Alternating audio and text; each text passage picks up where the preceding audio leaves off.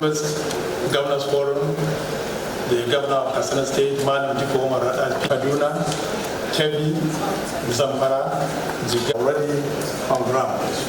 We also have representative of the Governor of Kaduna, they will all live with us here, but currently they are at the airport.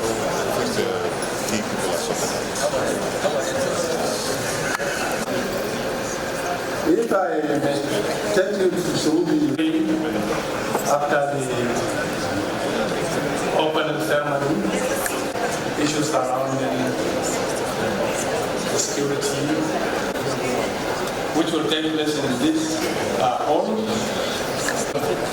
profound moderator and panelists, that when we come back and we will have ending nothing for us.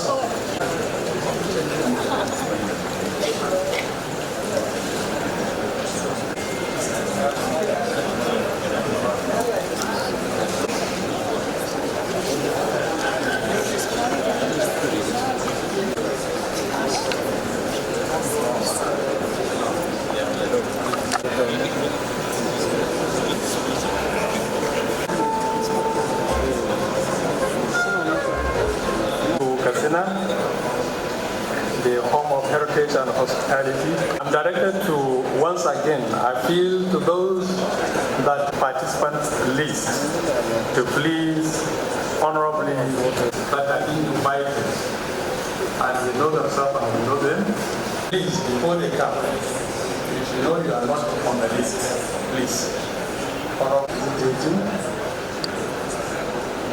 We have servicing UNDP, Spain, Vera, Jibrin Ibrahim,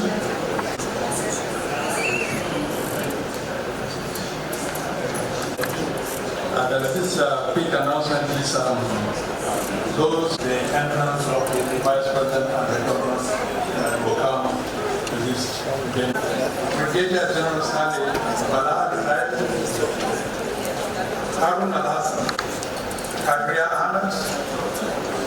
will take over from me when it's time. Dissimos Vagos Williams Alao, they allow him in. So please, if you are not on the list, please, we are grateful. You are leaving this place. The Chief of Defense Staff, the former President, Muhammadu Buhari, daga cikin masu fiye wannan taro ba, ya daure ya taimake mu ya bada mu. His Royal Highness the Sultan of Sokoto,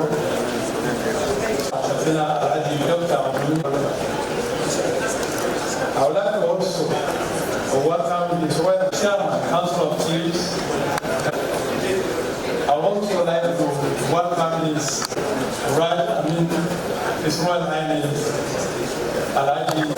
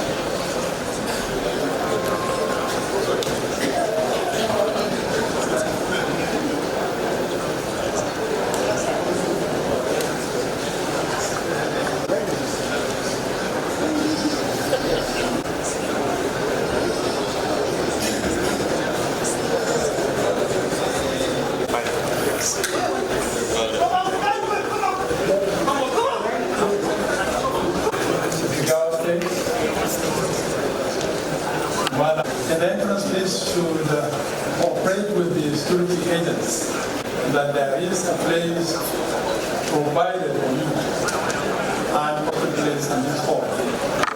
Please let us cooperate for this.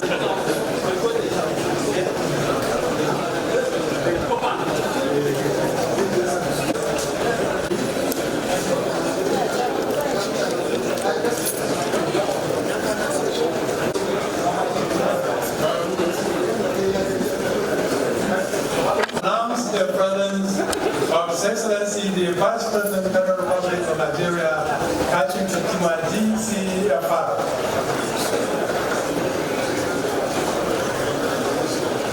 Also would like to inform this gathering that we have the presence of His Excellency the immediate past President, Federal Republic of Nigeria, Muhammad Buhari, DCFR. The Chief of Police Green Corps personalities, His Excellency the Governor of Katsina State, Madam Marona, PSD.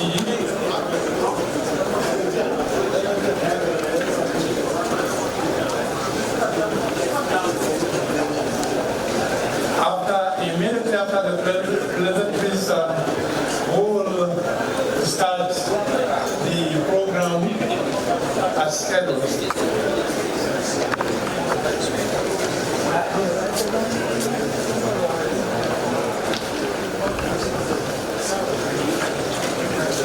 Mr. President, may we remain standing for the national anthem, the police band.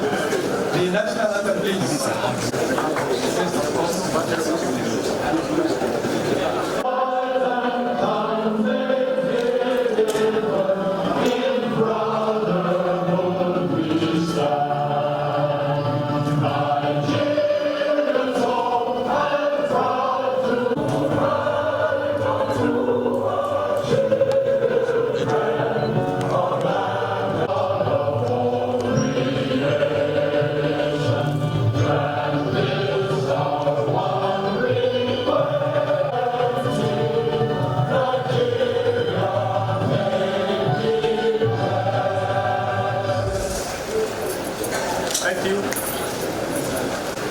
Your Excellency, the Governor of Katsina State,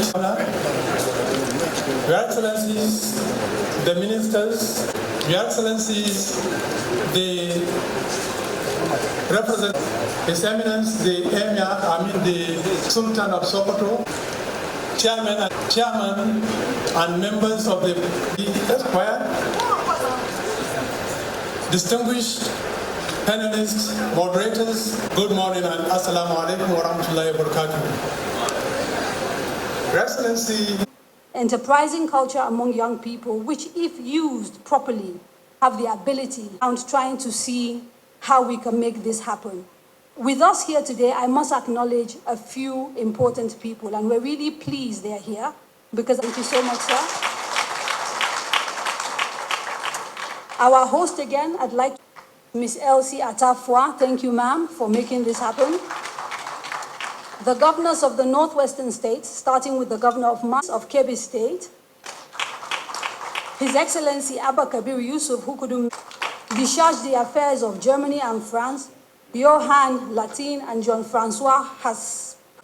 We also, of course, have heads of security here with us, Chief of Army Staff, Lieutenant General T.A. Lagbaja, Chief of Air Staff, Air Marshal H.B. Abubakar, Chief of Defense Nuhu Bamali, the Emir of Katsina, Dr. Abdul Mumini Kabir Usman, the Emir of Katsina late. So I'm going to stand and say all other protocols observed because we're wasting too much time. I think we should just dive straight into the program. I want to start.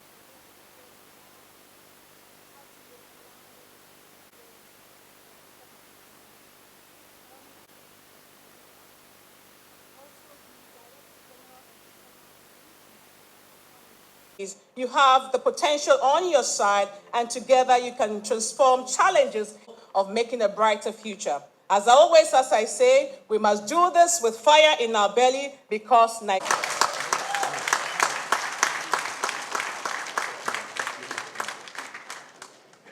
am sure you will agree, she of Katsina State, His Excellency Farouk Lawal, and also Commandant General of the National Security and Civil Defense Corps. Applause for him as he comes on stage.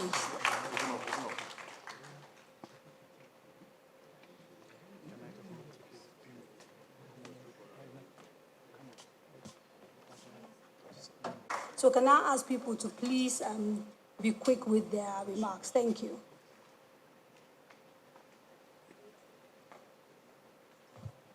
Your Excellency, Senator Katsina State, my father, the former president of Nigeria, Here present, Your Highness the Sultan and Your Highnesses, members of the diplomatic corps, that the armed forces of Nigeria willingness to engage with political leaders so that we can find a final solution to the problems bedeviling the Northwest. Now I have to apologize. We're going to have to make to the program accordingly. So what will happen is that we will call on our host, the governor of this conference, the governor of Katsina State, His Excellency Dikko Rada. Thank you. And also I'm told chairman of the Northwest Forum. I'm Commander-in-Chief of the Nigerian Armed Forces, President Ahmed Bola Tinubu, former President Muhammadu Buhari, the governor of Sokoto, Kebbi, Kaduna, and Katsina State that are here, honorable ministers, coordinator, and Your Excellencies, the ambassadors, members of the press, the Secretariat, I stand before you today with profound sense of duty and commitment as we gather to start with people on the stage first. We do 3 pictures, please. Excellencies to please sit back on their seat and let's get the deputy former governors to come on stage, ministers, and we will do the diplomatic corps last. Yes, please. Thank you, sir. My sister.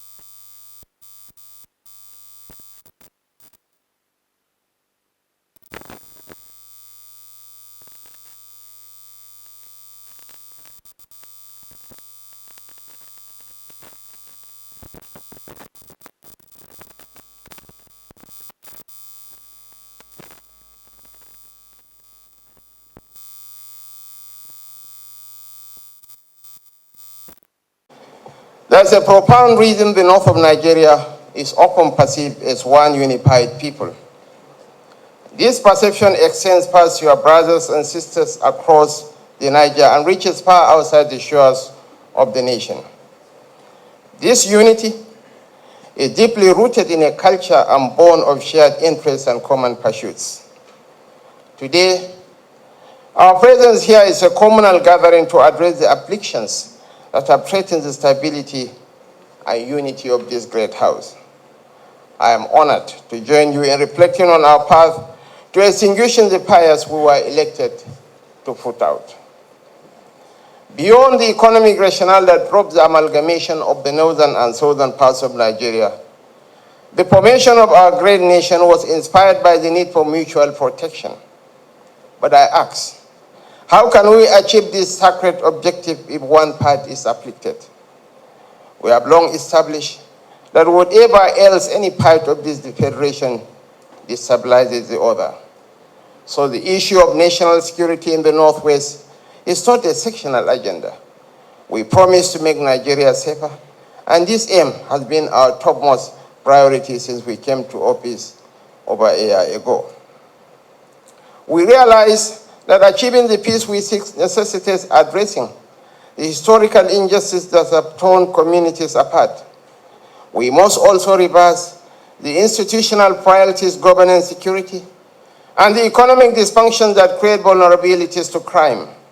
We must also counter the ideological mischief that has pervaded the discourse of peace and security in the region. Your Excellencies, your royal fathers, distinguished ladies and gentlemen, the solution we seek is a region where every trade is safe, where every group is at peace, and where the policing and military presence of the state is optimal. This disintegration from cycles of clashes between farmers and herders has ruptured the ideas of oneness upon which the North revolved. This was followed by a regime of cattle rustling that set herders on a path of violence. Over the past decades, we have seen how these land use disputes drove the farmer-herder conflicts as climate change diminished our arable land and water resources, as the capacity of our security forces was overwhelmed, as unauthorized arms proliferated conflict zones, as corruption undermined our quest for solutions, and as criminal and insurgent elements exploited the complexity of our crisis to cross into our borders. What we are witnessing across the North is an explosion of these damaged relationships, and we have come to say, enough is enough. Our first decision was to task our brothers from the Northwest and the Northeast with the defense and security of this region. Who else can better understand the complexity of the crisis of the region than the people themselves? This has been a turning point, and I am proud to share that the strategies we have employed have begun to provide redemption. We are not slowing down until we achieve our aim. Our military forces, through various operations such as Operation Hiding Cave and Operation Safe Haven, have made true promise to the nation by targeting insurgent groups like Boko Haram and bandits who have held us to ransom for too long. Through enhanced border security and intelligence capabilities, we have disrupted and dismantled criminal networks. Each of you here is aware of the high-profile figureheads of these groups neutralized by our forces. And I am here to share with you that this is just the beginning. Our meetings over the past few months have shown our readiness for a paradigm shift in achieving peace in northern Nigeria. We have established the need for combining military interventions with police reform, local policing enhancement, peace-building programs, dialogue promotion, and educational campaigns to address the underlying causes of conflict.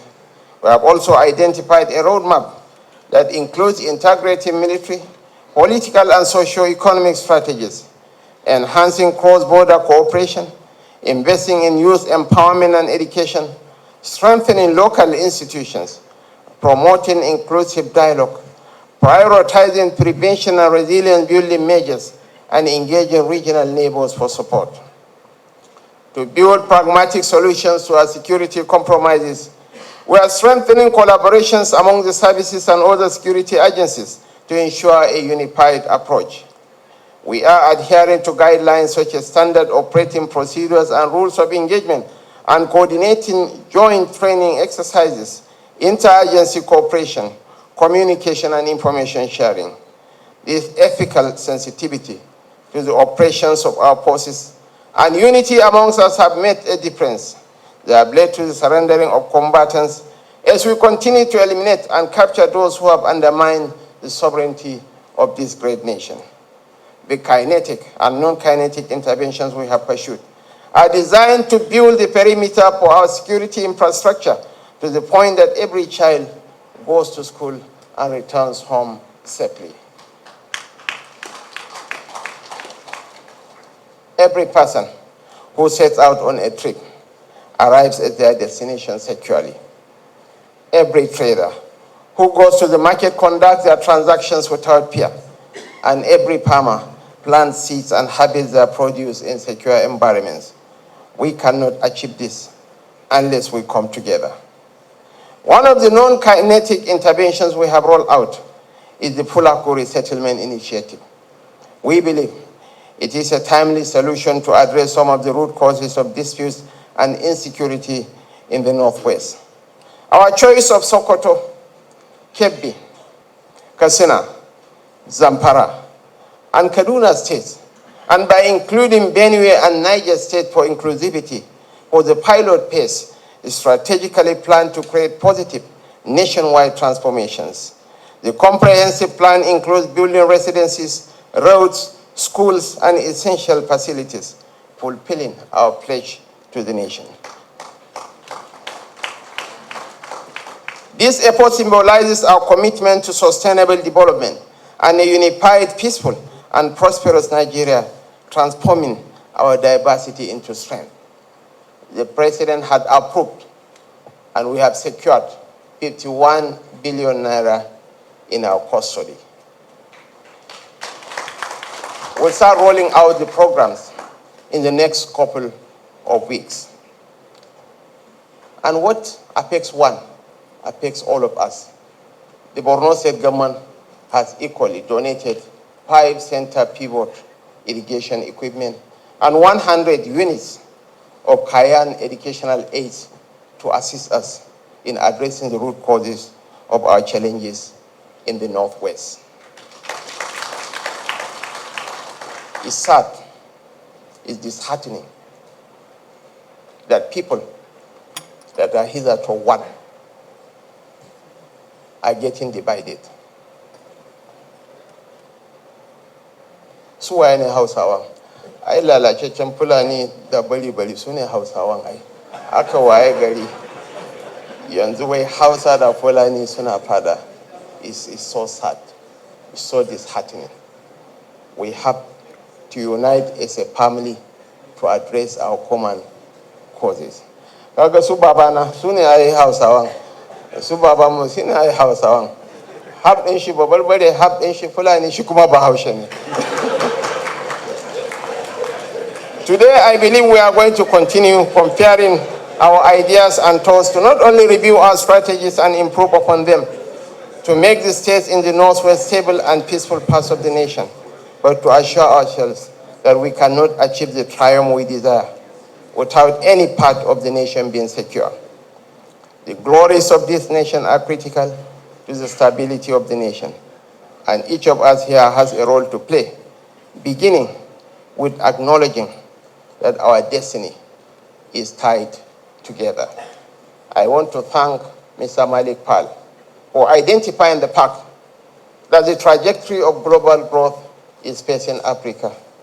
And as attested to by my sister, Mrs. Elsie Atapua, wherever Nigeria goes, that's where Africa goes.